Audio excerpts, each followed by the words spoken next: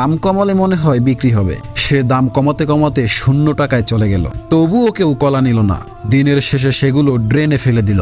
যেই লোক আবার ড্রেন পরিষ্কার করে সে ওই সময় বাজারে টাকা তুলতে এসেছিল। শিলা কলাগুলো তার নজরে পড়ে গেল।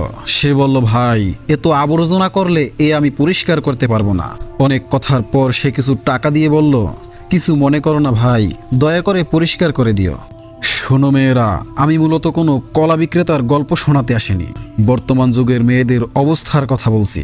বর্তমান যুগের মেয়েদের অবস্থা ঠিক এই রকম।